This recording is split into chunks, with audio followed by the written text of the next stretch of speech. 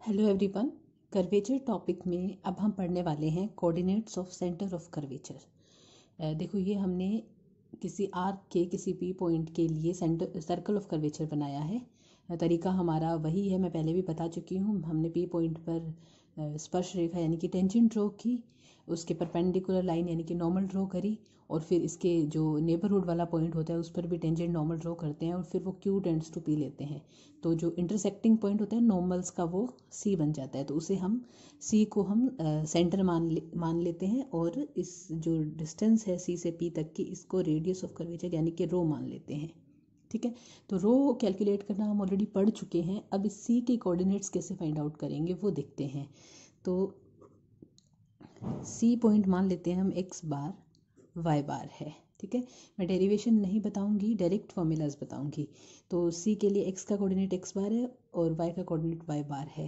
तो एक्स बार बराबर होता है x minus y one plus y one का स्क्वायर अपॉन वाई टू।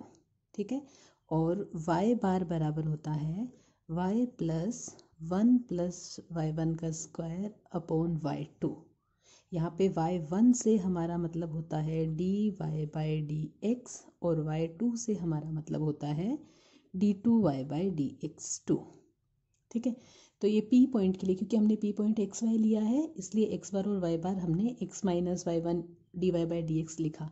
अगर p पॉइंट चेंज होता है, सपोज x1 y1 है, तो यहाँ पे x1 आ जाएगा, और ये जो वैल्यू है ना y1 की, ये x1 y1 पे निकालेंगे, y2 की वैल्यू भी x1 y1 पॉइंट पे निकालेंगे। ठीक है, तो ये पी पॉइंट के लिए जो हमने सर्कल ऑफ कर्वेचर बनाया है उसके सेंटर के कोऑर्डिनेट्स हैं। तो ये सेंटर के कोऑर्डिनेट्स फाइंड आउट करने का तरीका। और अब देखो, हमें radius of curvature find out करना ऑलरेडी हम पढ़ चुके हैं, और ये सेंटर के कोऑर्डिनेट्स आ गए। तो अगर हम इस सर्कल की इक्वेशन लिखना चाहें, equation of circle of curvature, तो ये होगी एक्स माइनस एक्स बार का whole square plus y minus y bar का whole square equal rho square. ठीक है, क्योंकि एक्स बार और वाई बार सेंटर है, रो रेडियस है, तो ये सर्कल ऑफ कर्वेचर यानी कि वक्रता वृत्त का समीकरण होगा, और ये हमारे वक्रता केंद्र के निर्देशांक है। तो ये फॉर्मूलाज आपको याद रखने हैं। तो सर्कल ऑफ कर्वेचर के बाद अब हम पढ़ेंगे इस कर्वेचर के लिए जो वक्रता जीवाएं या फिर कोड ऑफ कर्वेचर बनेंगी, उनकी लेंथ फाइंड आउट करने के फॉर्मूलाज। तो सबसे पहले तो देखो, ये जो है ये वाली लाइन, इतनी लाइन देखो, ये इस सर्कल के लिए कोड या फिर जीवा बन रही है। ठीक है, और ये जो जीवा है ना, ये पोल से पास हो रही है। तो वैसे तो हमें पता है एक सर्कल के लिए बहुत सारी जीवाएं या फिर कोड्स बन सकती है, लेकिन हम पर्टिकुलरली कौन सी पढ़ने वाले हैं, एक तो जो पोल से पास होती है उस जीवा की लेंथ, उस कोड की लेंथ। ठीक है, तो लेंथ ऑफ कोड ऑफ कर्वेचर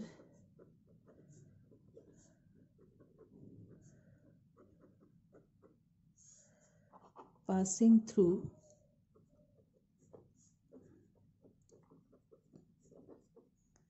पोल, ध्रुव से गुजरने वाली वक्रता जीवा की लंबाई, पोल से पास होने वाली कोड ऑफ कर्वेचर की लेंथ, यानी कि ये वाली कोड, तो इसकी लेंथ होती है 2 रो साइन फाई। ठीक है, फाई हमें पता है ये वाला एंगल होता है जो रेडियस वेक्टर के और टेंजेंट के बीच में होता है। ठीक है, और रो हमें पता है ये रेडियस ऑफ कर्वेचर है। अब हम पढ़ेंगे ये जो पोल से पास होने वाली कोड है, या फिर कह लो जो रेडियस वेक्टर है, इसके जो लंबवत जीवा बनेगी ना, और ये सारी जीवाएं हम इस पी पॉइंट से पास होने वाली ही पढ़ रहे हैं, तो इसके लंबवत यानी कि ये वाली जो कोड है, इसकी लेंथ। ठीक है, तो अगला जो फॉर्मूला है वो होगा लेंथ ऑफ कोड of curvature perpendicular to radius vector, radius vector के लंबवत, ये रेडियस वेक्टर है, इसके लंबवत परपेंडिकुलर जो कोड बन रही है ना, उसकी लेंथ। तो उसकी लेंथ का फॉर्मूला होता है 2 रो कोस फाई।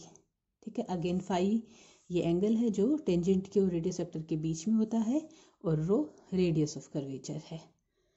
तो ये दो फॉर्मूलाज और पढ़ लिए। अब हम दो और फॉर्मूलाज पढ़ेंगे जिसमें हम ये जो एक्सिस है, ये ओरिजिन, ये एक्स एक्सिस है, ये वाई एक्सिस है, तो एक्स एक्सिस के पैरेलल जो कोड बनेगी उसकी लेंथ क्या होगी, और वाई एक्सिस के पैरेलल अगर कोड बनती है तो उसकी लेंथ क्या होगी। ठीक है, तो इसमें दोनों नहीं बता पाऊंगी मैं, क्योंकि कर्व के हिसाब से सर्कल ऑफ कर्वेचर तो अलग अलग तरह से बन सकता है ना। तो मैं दूसरा इसका फिगर बनाती हूँ और फिर बताती हूँ आपको।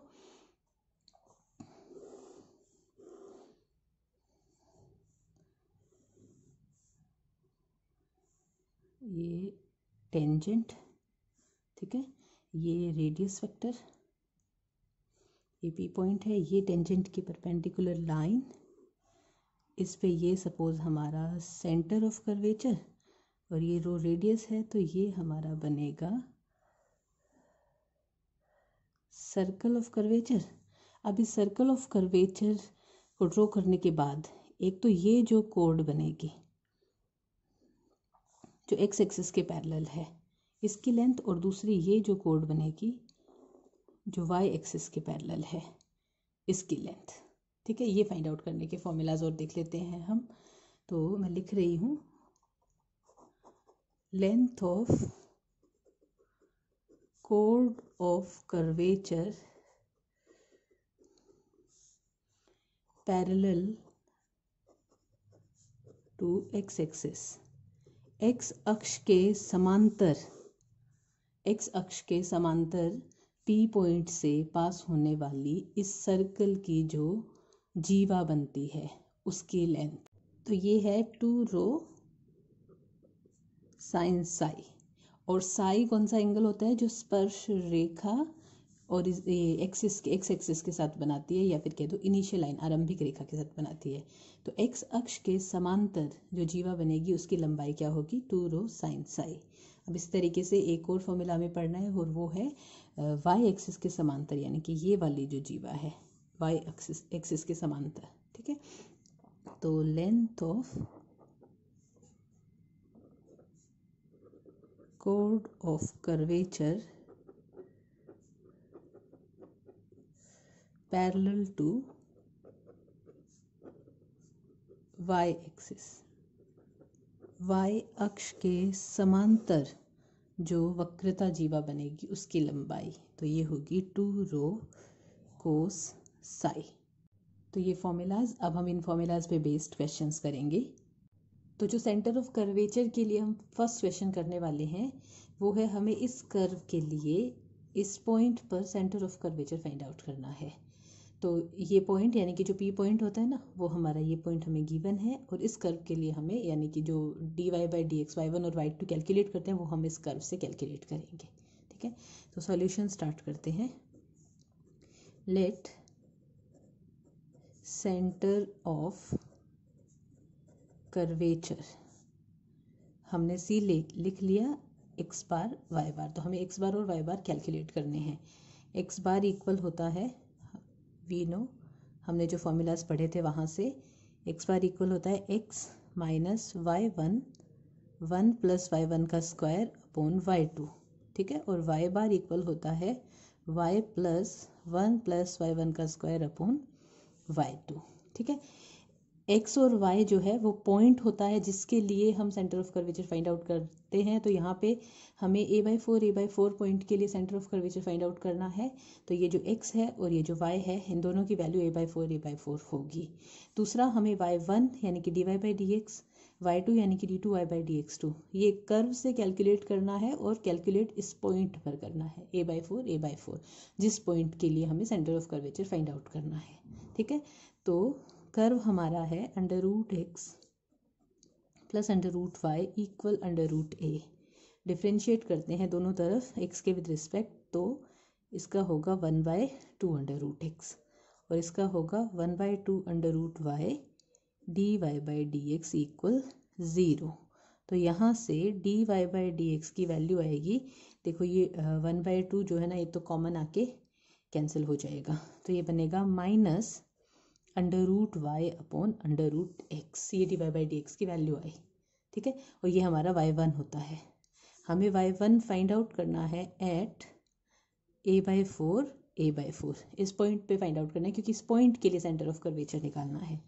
तो हम इसमें वैल्यू पुट करेंगे, तो ये a/4 अंडर रूट a/4, तो आपस में कैंसिल हो गया, -1, y1 की वैल्यू आ गई -1, ठीक है। अभी y2 यानी कि d2y बाई डी एक्स, इसको एक और बार डिफ्रेंशिएट करना है, तो y2 यानी कि d2y बाई dx2, तो इसको डिफ्रेंशिएट करते हैं। माइनस साइन तो मैं लिख देती हूँ कॉमन लेके, u अपॉन v रूल से कर रहे हैं, तो अंडर रूट एक्स का स्क्वायर यानी कि x हो जाएगा, under root x as it is, under root y का 1/2 under root y dy by d x, minus under root y as it is, under root x का 1/2 under root x, ठीक है।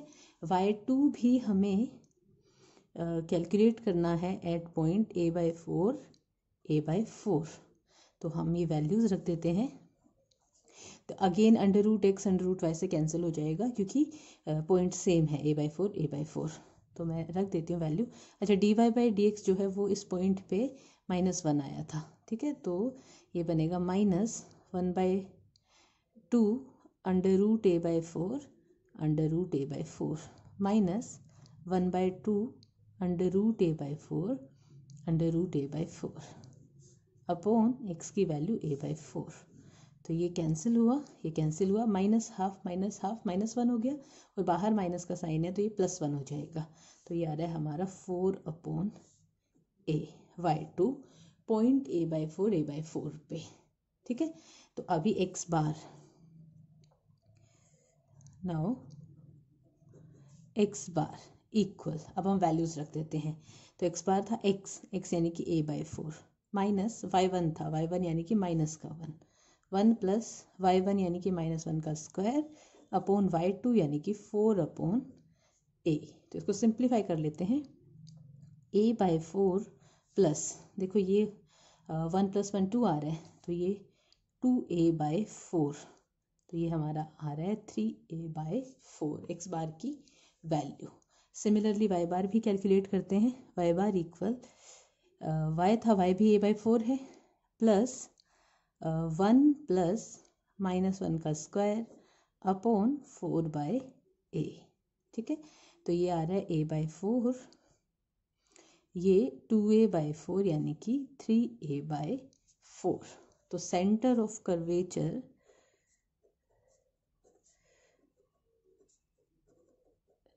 Eight point a/4 इस point के लिए centre of curvature बन रहा है हमारा 3a/4,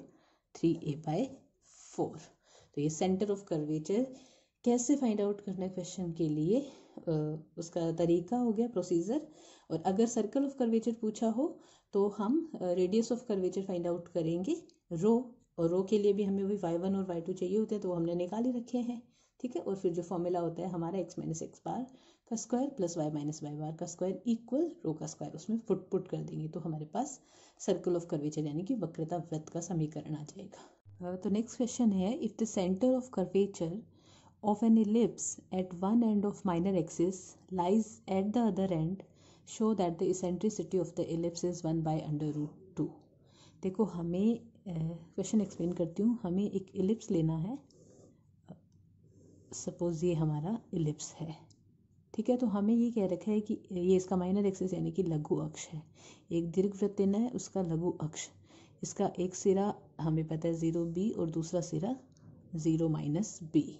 तो हमें ये कह रखा है कि अगर इलिप्स के माइनर एक्सिस यानी कि लघु अक्ष के एक एंड के लिए सेंटर ऑफ कर्वेचर यानी कि वक्रता केंद्र दूसरा एंड पॉइंट बनता है, यानी अगर हम इस पॉइंट को P लेते हैं और इस पॉइंट को P लेकर के सेंटर ऑफ कर्वेचर यानी कि C फाइंड आउट करते हैं, तो C ये बनता है, अगर ये P लिया तो ये C बन रहा है, उल्टा भी ले सकते हैं इसको, अगर P लेंगे तो अगर ये C बनता है, तो उस केस में इलिप्स दीर्घवृत्त की इसेंट्रिसिटी यानी कि उत्केंद्रता हमें 1/√2 प्रूव करनी है।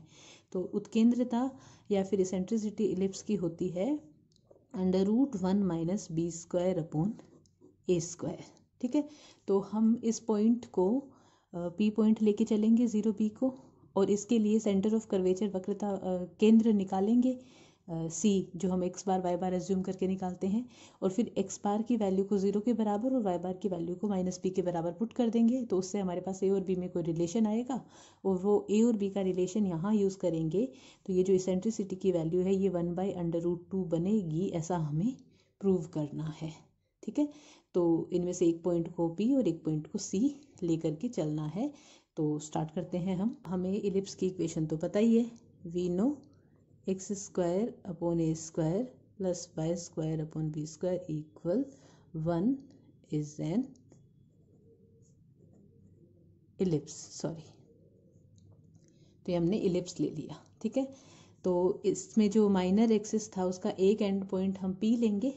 लेट p पॉइंट जो है वो है 0b। ठीक है। तो हमें इस p पॉइंट पर centre of curvature find out करना है।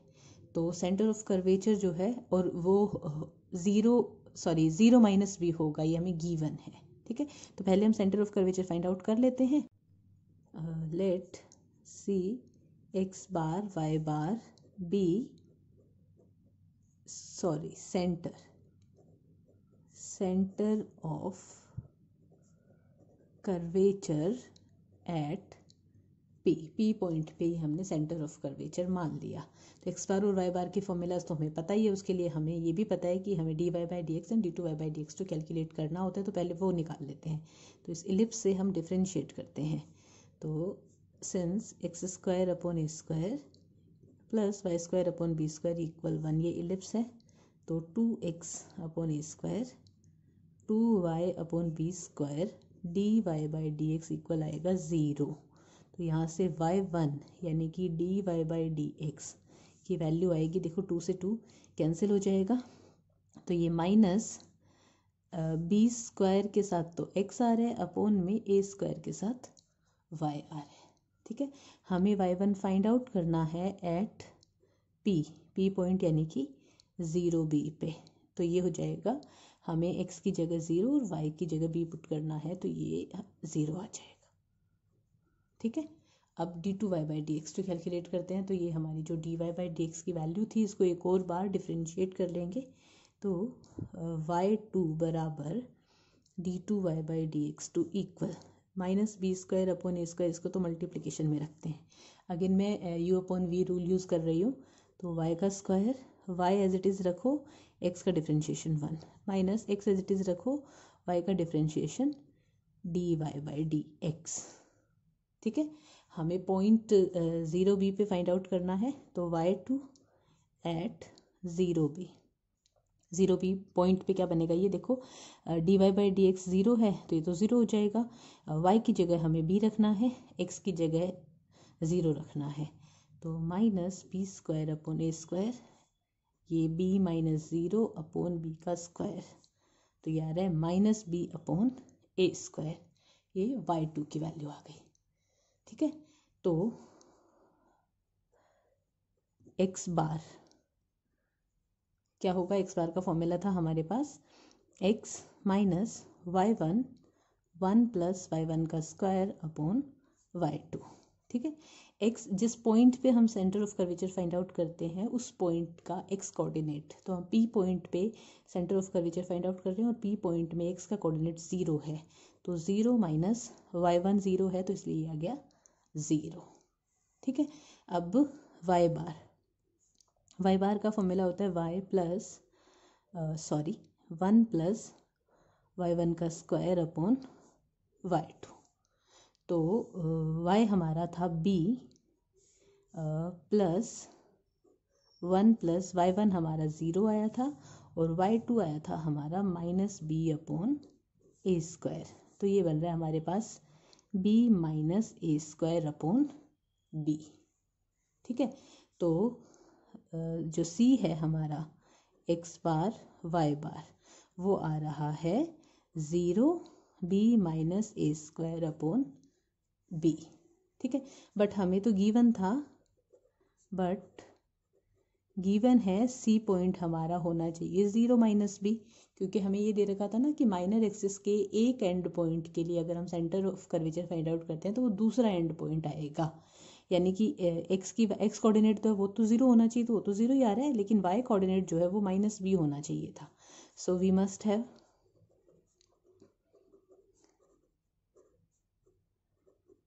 ये माइनस बी के बराबर आना चाहिए, तो B minus A square upon B equal minus of B. ठीक है, इसको थोड़ा सिंप्लीफाई कर लेते हैं।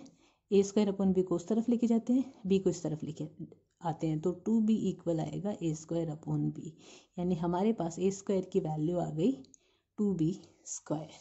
ठीक है, तो अगर ए स्क्वायर इक्वल 2b स्क्वायर होगा तो माइनर एक्सिस के लघु अक्ष के एक सिरे के लिए सेंटर ऑफ कर्वेचर दूसरा सिरा बनेगा। तो इस कंडीशन में जो हमें गिवन है वो पॉसिबल होगा। तो इस कंडीशन में हमें इसेंट्रिसिटी निकालनी थी। नाउ ई इक्वल होता है √1 माइनस बी स्क्वायर अपॉन ए स्क्वायर। ठीक है, ये इसेंट्रिसिटी की वैल्यू है। तो ई इक्वल यहाँ पे या तो बी स्क्वायर की या फिर ए स्क्वायर की वैल्यू पुट कर लेते हैं। तो यहाँ a square equal to b square है, तो हम ए स्क्वायर की वैल्यू पुट कर लेते हैं। तो 1 माइनस बी स्क्वायर और ये 2b स्क्वायर, तो बी स्क्वायर से बी स्क्वायर कैंसिल हो गया। 1 माइनस 1/2 यानी कि 1/2 यानी कि 1/√2। तो ई इक्वल इसेंट्रिसिटी इक्वल आ गया 1/√2, और यही हमें प्रूव करना था। तो अगर किसी एलिप्स के लिए लघु अक्ष के एक सिरे के लिए वक्रता केंद्र दूसरे सिरे पर स्थित होता है तो उत्केंद्रता 1/√2 होगी।